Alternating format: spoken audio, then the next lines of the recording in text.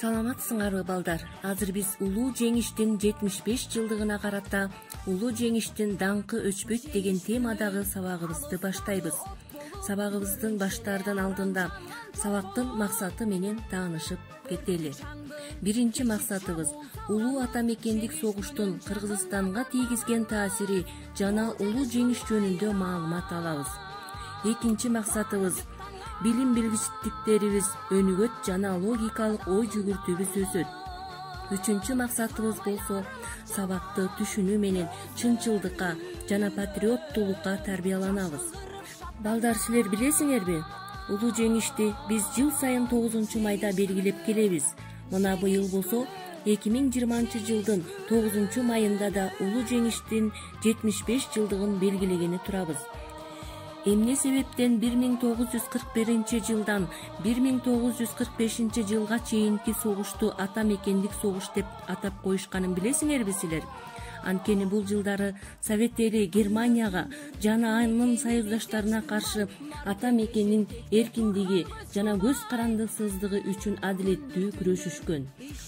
Ошол себептен улуу ата мекендик согуш деп аталып калган.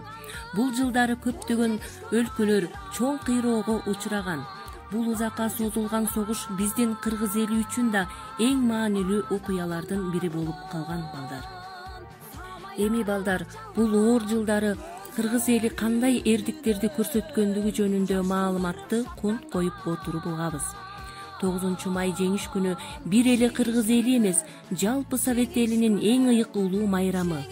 Анткени бул күнгө жетүү үчүн Совет эли 27 миллион адамынан ажыраган. Бул күн Совет элинин 4 жылга созулган эң оор, эң кайгылуу улуу ата мекендик согуштагы жеңген күнү. Бул согуш учурунда кыргыздардан аскерге 360 миңден ашык адам аттанып, алардын ичинен 1000ге жакыны аялдар түзгөн. 30 миңден ашык кыргызстандыктар республикадан тышкары аскердик өр-жай ишканаларынан жөнөтүлгөн. Ошол эле мезгилде Кыргызстанга Украина, Россия жана Белоруссиядан 30га жакын өнөр-жай ишканалары көчүрүлүп келинген. Алар фронтко бардык жагынан жардам көрсөтүүгө маанилүү фактор болуп калган. Көрдүңөрбү балдар, биздин кыргыз элибиз да согуш жылдарында башынан оор күндөрдү өткөрүшкөн. Кыргызстандын жеңил өнөр жайлары советтик армияга көп сандаган кийим-кечектерди берип турушкан.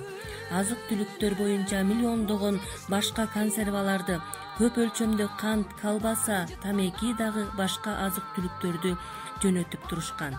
Меймандос кыргыз элибиз кыйын мезгилде ачкачылыкка жана жетишсиздикке карабастан көчүрүлүп келгендерге колунан келишинче жардамдарды көрсөтүшкөн.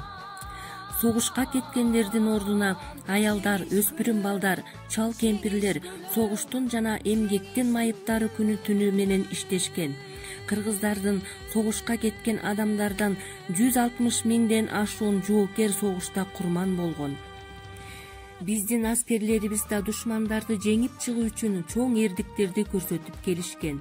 Согуштагы эрдиктери үчүн биздин 150 миң Кыргызстандын жоокерлерибиз орден медалдары менен сыйланышкан. 76 жоокерибиз Советтер Союзунун баатыры деген сыймыктуу наамга ээ болушкан.